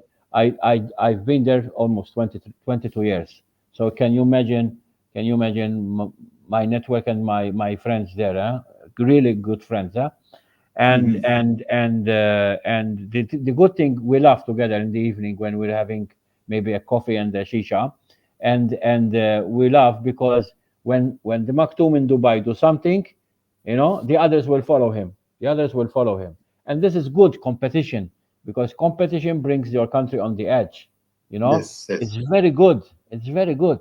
That is what is when you have competition and they want to compete in their road model, and they want to implement friendly use measures to attract business, and it's very easy to open bank accounts and to have a license.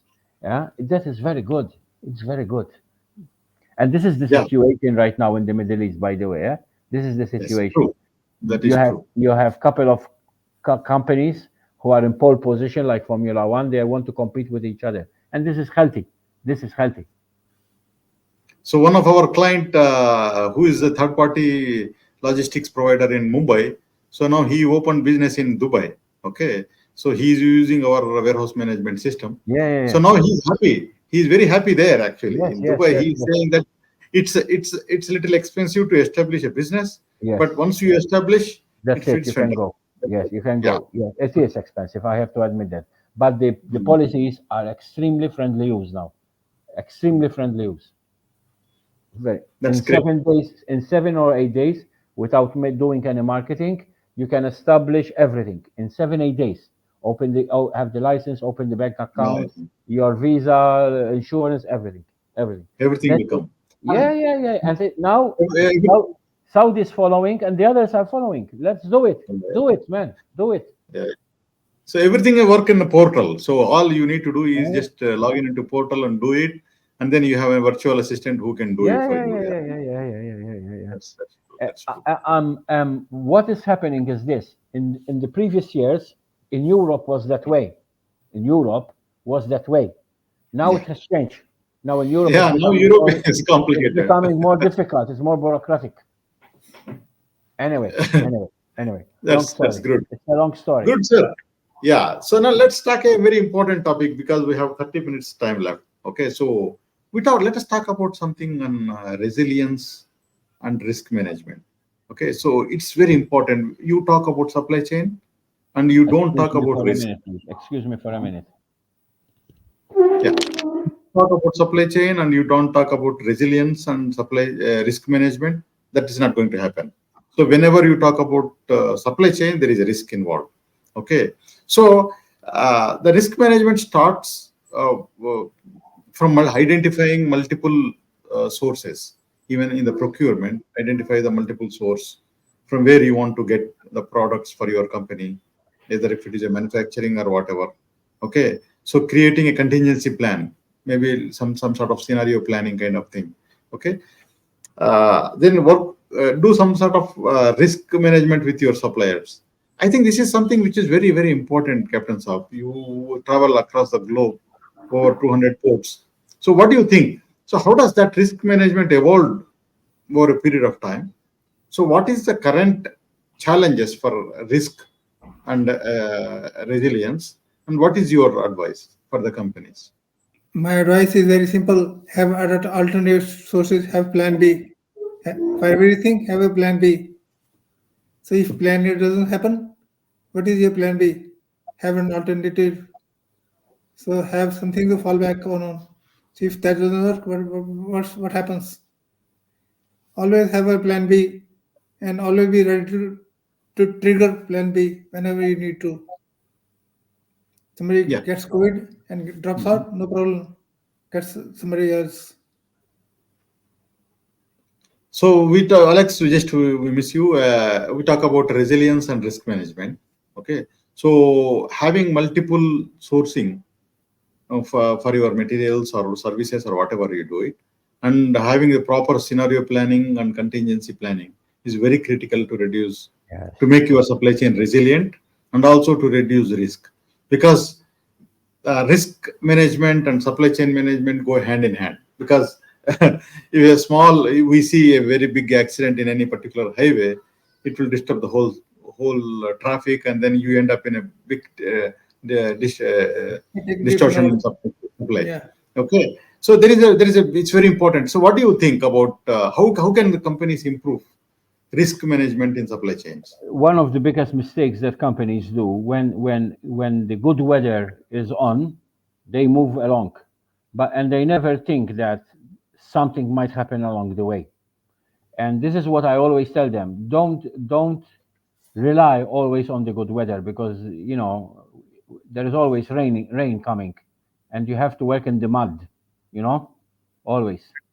So make sure that there is, as the captain said, you have always plan B in place. But unfortunately, sometimes they don't think about it. And plan B, I totally agree with, which is logical. Plan B should be in place always. Always have alternative routes, alternative options. Always don't rely, even if in the short term you rely on single source or single supplier or single or two suppliers, but always look, spend, take percentage of your time on supply chain percentage, like at least 5% or more, 5 to 10%, and dedicate it on research. If this goes wrong, do I have other option? So invest 5% or more, okay, on research to make sure that if plan A is not working, and plan B can be in place, and you don't give shocks to your organization and Sure. to your clients. That's a very good point. Very good Always point. Don't always give have a shocks. cost factor for the risk Yes, management. yes, Exactly. yes, I yes. think it's fantastic. Unfortunately, they suffer on it. They suffer. In, Right now, if you allow me, I'm doing a training for a local company involving Adidas products, sportswear, and I'm doing training. And part of the training, I don't use the traditional things in training. I'm too old now. Most of the time, I open for discussion. I open for discussion because if you have guys on board who are experienced, they don't want to listen to traditional things. They want to know what is the answer for the problem. And last week, not this week, last week, I brought the HR inside the room, manager, and I told her we need to organize a supply chain group. She told me, what? Supply chain group. And she told me, what's the purpose? The purpose because you are moving fast in your in your fast world of fashion, moving fast. But in this building, no one has ever sit down and think what is going to happen tomorrow. So what's going to be the answer? And what most of the time, when there is a crisis, everyone points fingers on each other. It not should be that way.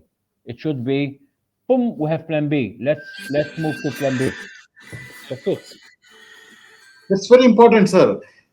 You both rightly said it's a very important. So you need to have an alternative sources and you need to have a Of plan course, B. of course.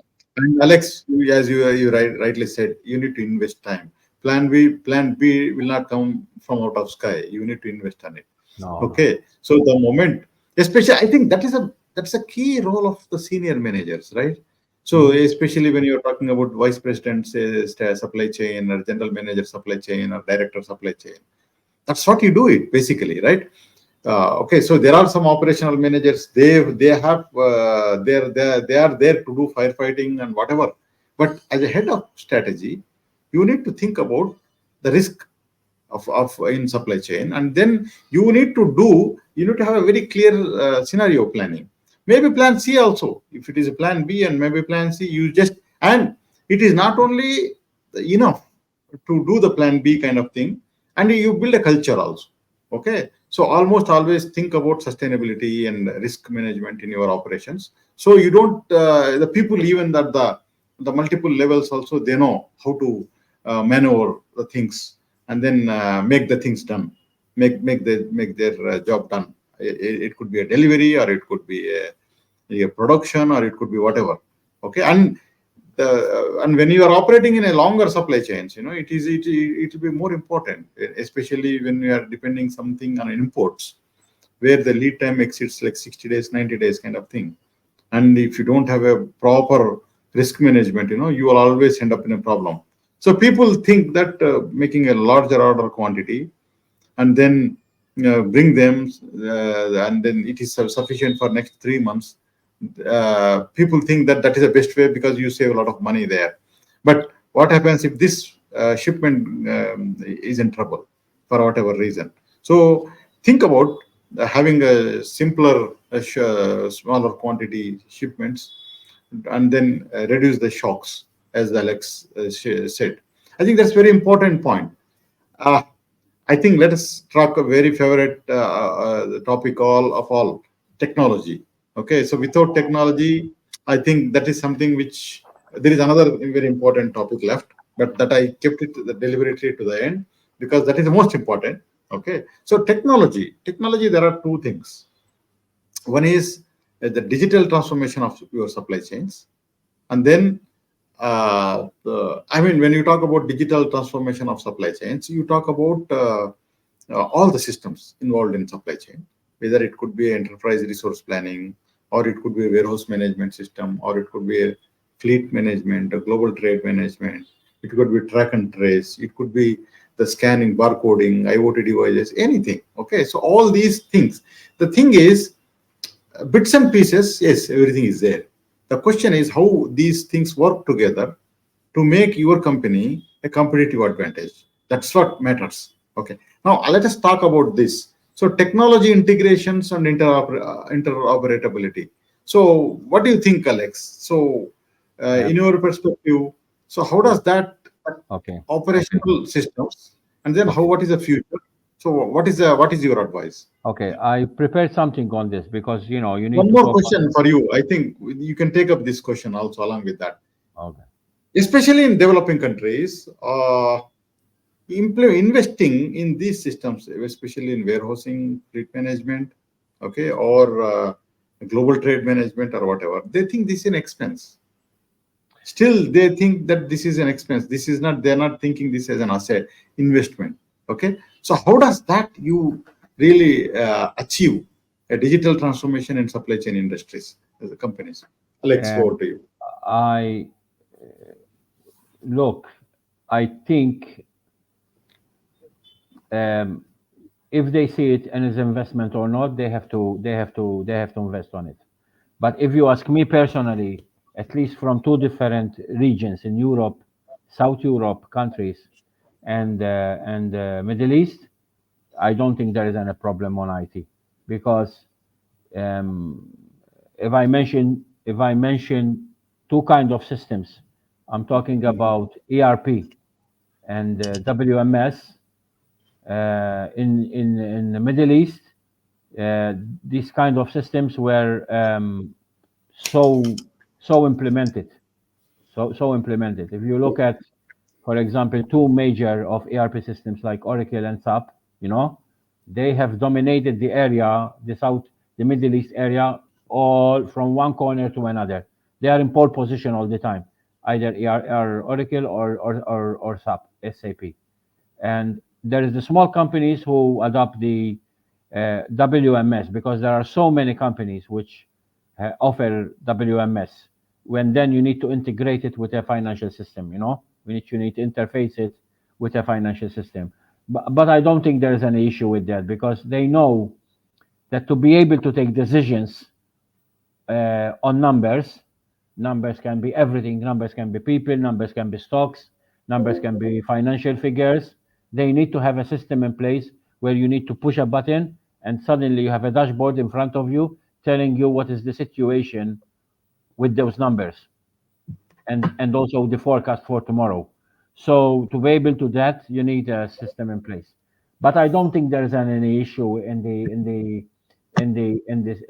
this program. And even the government, where usually governments are late in implementing, no, governments now are in the forefront also to adopting this kind of systems to make sure they are calling it even 20 years ago, not now, 20 years ago, maybe more. They're calling it e-government, where they have implemented the e-government systems. Even in Malta, it was more than 20 years ago, or in Dubai, more than 20 years ago. So these things now are becoming evolving, and the question is what is going to be next, not by implementing. So I don't think you can't work without it because even if you are a 3PL company and you are offering your, for example, Sheikh, you know that in Dubai, for example, the 3PL business is so harsh, so Mhm. competitive. The question is, what are you going to offer different from the others? It could be cost, it could be level of response, and one of them could be visibility. So to be able to offer visibility to your clients, so they can go online and see what they have in stock, etc. You need to invest in a good system, right? Yep. Yeah. That's a great point. Okay, so now I also uh, uh, uh, tell my friends in India and in supply chain friends, guys, investing in warehousing, fleet management, and the transportation, it's a really an investment. It's not expense. You have to do it today or tomorrow, but you are not going to escape from that. So it's basically, in the warehouse management system, even we have a warehouse management system. So one of the most important thing is the visibility of inventory. So utilize the capacity visibility basically, and then the accuracy of the data, the customer visibility. He can see his part of the inventory, especially for 3PL operators. Then suppliers, they can see their inventory, okay, and through the portal kind of thing. So that's very important. Now they cannot escape from this, okay. So this is something which is very very important. Yeah. It's So very simple. You want results, you need technology. If you don't want to invest in technology, you won't get results. yeah, It's yeah, very, yeah. very simple. It will become I think we need to invest, they need to invest in technology, because Yes. you cannot do all the investment in one shot. It's not possible. You need to do it regularly. So keep Yeah. continuously do it, and make sure that it is optimized over a period Yeah. of time. And it will not happen suddenly. That now people are, now the very advanced organizations like Amazon or something, they are using very completely warehouse execution systems. Okay, so it's completely robotics controlled execution systems, completely integrated without people involved.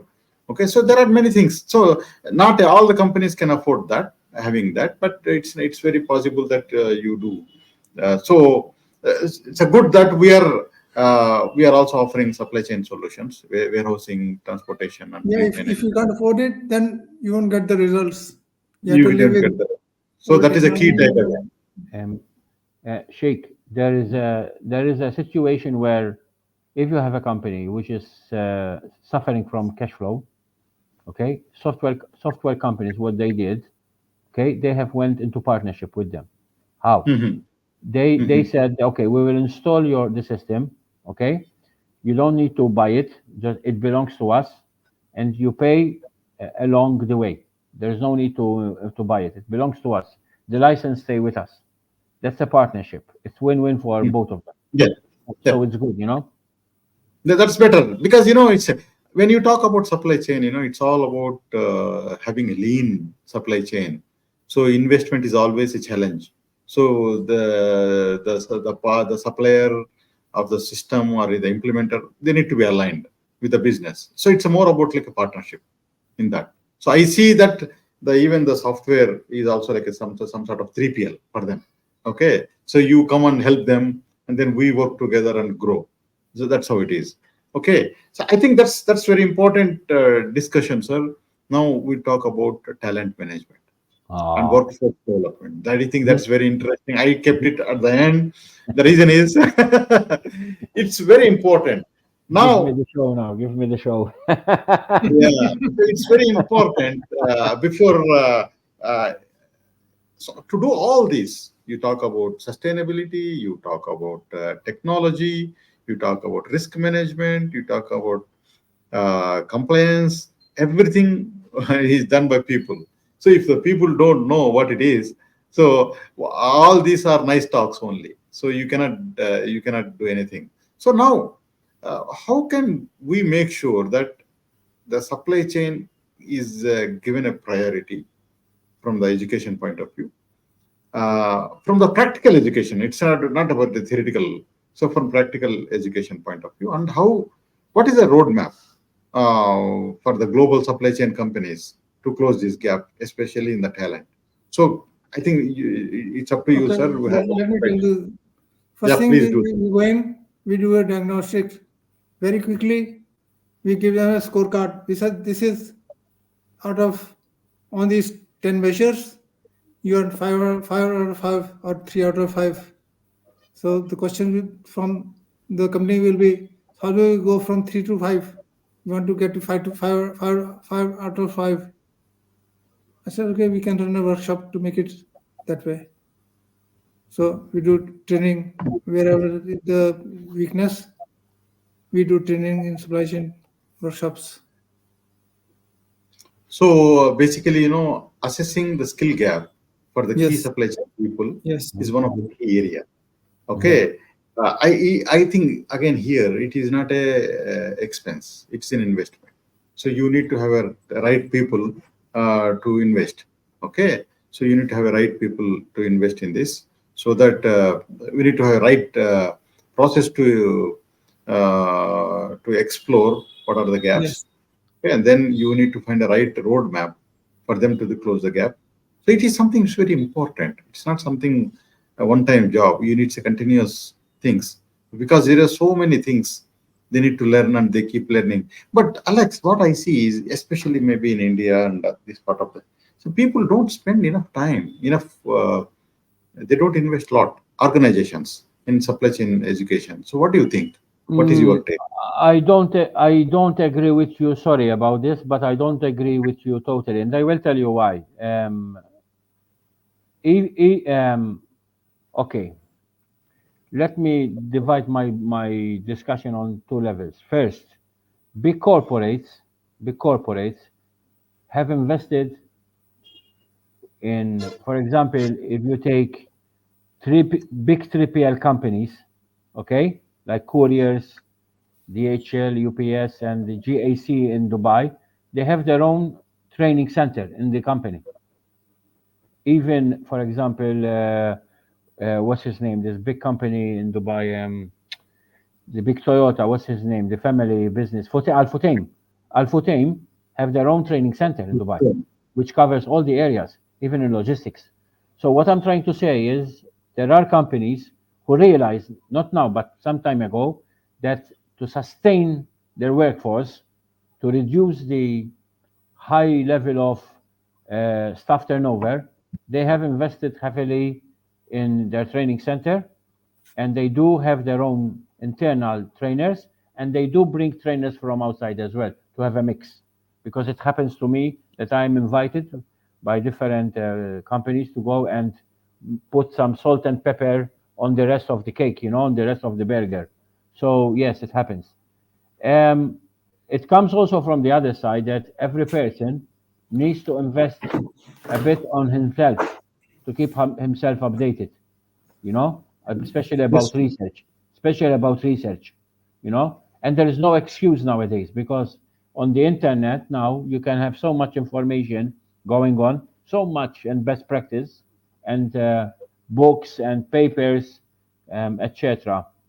But let me tell you what has happened in Dubai, for example, in the recent years.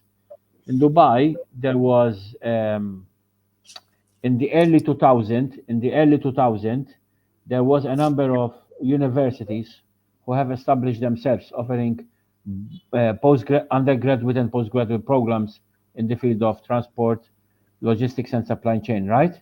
And many others opened, many others, especially in the academic city, because first we had the knowledge city, and then they moved them to academic city, most of them. But now, on a federal level, I'm talking now, not on a UA, not on a Dubai level, on federal level as a ministry, because I have attended a meeting by coincidence about this, and they were telling me they want to see more vocational institutions and professional institutions at the operational level, because if you see if you take a 3PL model, I mean, you can correct me on this, but if you see a 3PL model, where is the mass of the people? Where is the mass? Is in the operation, right or not? It's operation. Yep. So operation, we're talking about level 5 diploma, operations management. So this is where most training is needed. This is more where most training is needed. And this is not undergraduate or postgraduate, with all respect to No. academia. This is more of operation, vocational or professional level. Yeah. That is true, sir. I know when you talk That's about Saudi correct. Arabia, Middle East. So I spent my Totally well 14 said. years. I spent my 14 years in Middle East, especially in Saudi. So I was there from 1999 to 2013. Okay, so when we completed our certifications in supply chain in 2001, 2002, okay, so 20, 22 years back, okay. So at that time it was new. So the companies have invested at that time, even they send me for a certification kind of thing. But now I think they have recognized, the Middle East people have recognized the value of supply chain. But still in India, I think there is a huge gap of skill gap closure in India, by the way. Okay, but they're trying to catch up, but it will take some time. There is a tremendous opportunity, Alex, to close the skill gap in India, because I think there is a lot, maybe more than 50, 60, 70% skill gap is there in supply chain. Okay, so that has to be closed to achieve the excellence. Okay, so any final thoughts, sir? Any questions? So let us. This is, I think, that the topics what we talk about for Yeah, I talent. think a good You talk, discussion. yeah. So you talk about talent. What is your advice for the organizations, for especially mid-sized organizations? So how can they plan their supply chain educations or health? Yeah, please. I think it has to be a bottom-up approach. We start from them, bottom-up approach. They need to make sure that they will employ the right people. If not, if they don't find, because sometimes there is a skill gap, they bring people and then train them. Number two, they listen to them. There is a feedback. There is a feedback, daily feedback channels from the top up, that they listen to what their guys are saying, and there will be some action on it. Okay, um, and and they create a they create a teamwork environment where everyone put his ideas and let the best comes out. Because if you want to have a sustainability growth in your business, it has to be a bottom-up approach. Bottom-up approach where people are not numbers, people are part of the organization. People give their feedback. So, okay, although people, when you talk to people and they take feedback, maybe salary is always comes on top of the agenda, but there are people their salary is not number one. It's the environment around them. The It's environment. the Yes. environment around them.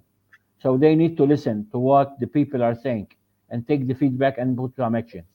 Because when you listen to someone and you stop talking and you listen to stop, and you're taking this listen and give him the space to move around and talk, it creates motivation, it creates good environment, it creates a long-term sustained growth. And at the end, who's benefiting? They're benefiting the same organization and their clients. Organization. Punto basta. Yeah. Sir, let us take up some questions. Now, especially manufacturing focused organizations, they consider the supply chain as some sort of the expense for them. Okay. So now, what is your advice for the CEOs of mid-size to mid-size organizations? How they have to position their supply chains to make it as a competitive advantage. So very like top three things they should do, okay, to make their supply chains competitive. I know there are several topics. So what are the top three things they should do from your point of view, Captain Vivek? In my view, the whole board should read this book. Yeah. Okay. So they need to understand what the supply chain does for a company. So many people don't know what is supply chain. People are confused between what is logistics, what is supply chain, and what is procurement and what is supply chain. People don't know the difference. So once they understand what you can get from a supply chain, then they'll be willing to invest in a supply chain. But till they don't know, they will basically just keep ignoring it, keep it putting in the side room. So that is where the failure is. Supply chain cannot sell itself, cannot sell its value to people at the high level.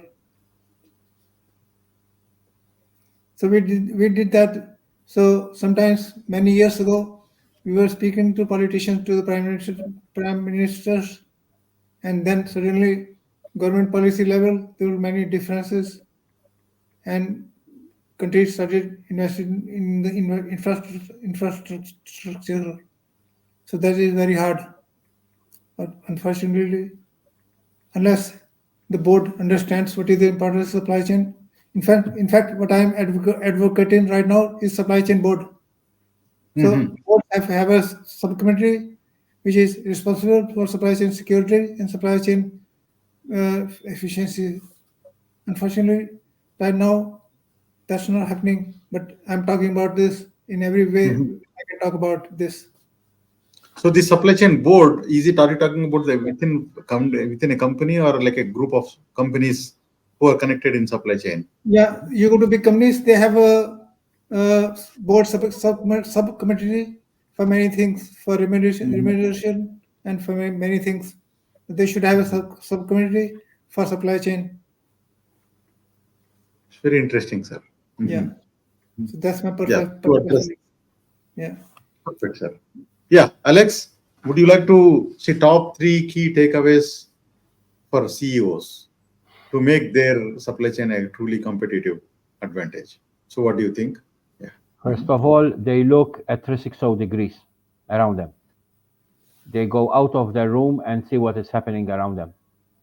And they will be not only short term, because on the day to day it's a short term, but they need to be long term visionaries. Okay, that's number one.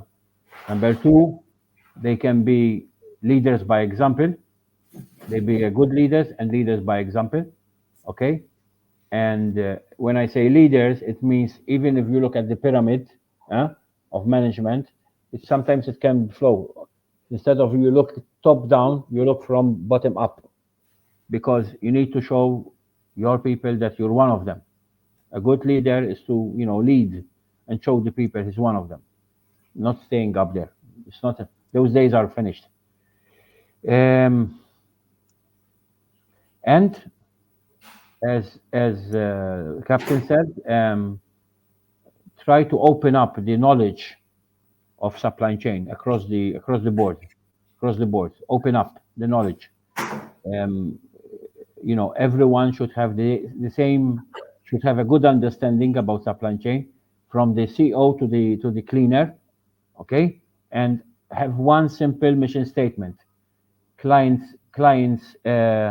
satisfaction is the mission statement of the company.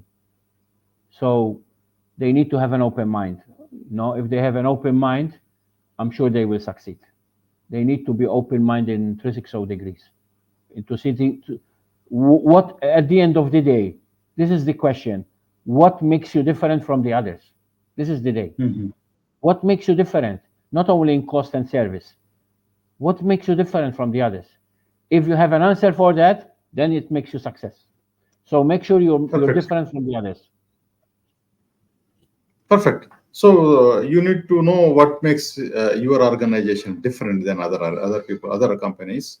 So that, and you drive that, and you go out and have a 360-degree view what is going on. That's very interesting point. Sir, just let me say what is in my opinion is, when you talk about your organization, you want to achieve excellence in supply chain and also achieve competitive advantage. So look at your supply chain strategy.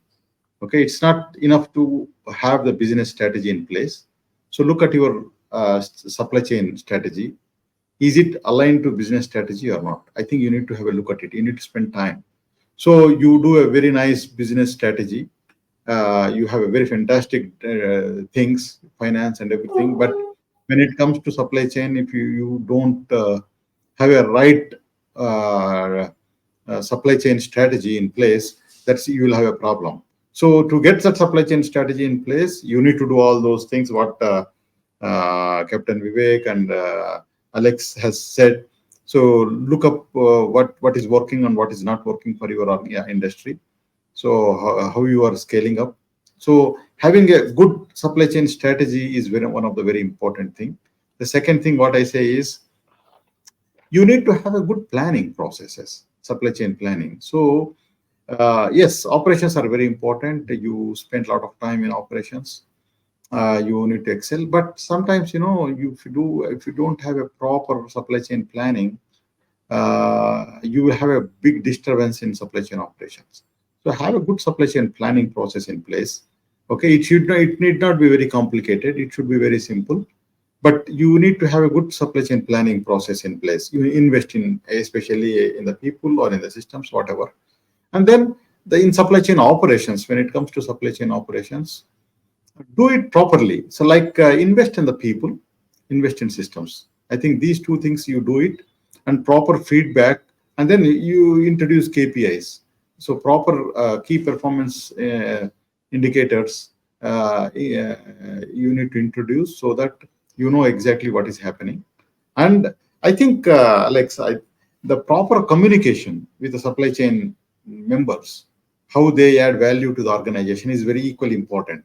Okay, so there is you should keep on communicating the value of good supply chain operations and processes, important uh, for the organizations to achieve. I think that's a key point what we have. Okay, so I think we are done with the program. Alex, any final thoughts? Mhm. No, I first of all, these programs should be something ongoing because there is so much to say and to share. And I think if you allow me to suggest something, sir, I would say that maybe in the future you can invite some students or practitioners to come and join this discussion. Not just, Sure. it would be good to share with them and take their feedback and know what they think, what they perform, and exchange information. And it's good because people like to exchange ideas.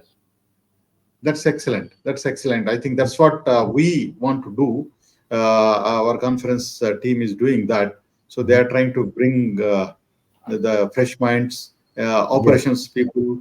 Okay. So then we will have a global supply chain conference very soon, maybe in August, where we talk about it, like a 2-day event where we bring, as you said, the practitioners, consultants, the operational team members, and also some students. Okay, so we bring all of them and to make a very competitive platform, hopefully. So I think that's a program what we want to conclude. So thank you, participants, for joining the session. Thank you, Alexander Borg, for your time. It's fantastic inputs. Really, I learned a lot. Thank you, Captain Vivek. I think Captain Vivek missed it. Maybe he got disconnected, or maybe he's joining. I don't know. Okay, so it was a pleasure talking to a pleasure talking to the experts of global level. It is our privilege from Data Labs India to sponsor this event. So Frusi is our product suite for supply chain excellence, which includes warehouse management, fleet management, transportation management, the ERP, and then the demand planning. So entire supply chain suite. I wish if anybody interested to look at the demonstration or talk to us, so we'll be very happy to do that. And finally, I thank you everybody. Thank you organizers. Kuldeep, thank you very much for organizing a very nice event. Okay, welcome all comments. Anyone who wants to know a specific question, please write to us. So we'll get it answered from Alex, myself, or Captain Vivek. We'll be very happy to do that. Okay. So thank you for joining the session, and thank you for making this program very successful. So thank you, everybody. Thank you everybody. And then I take this opportunity to thank you one and all. Thank you, sir. Thank you. Bye bye. Bye. Bye.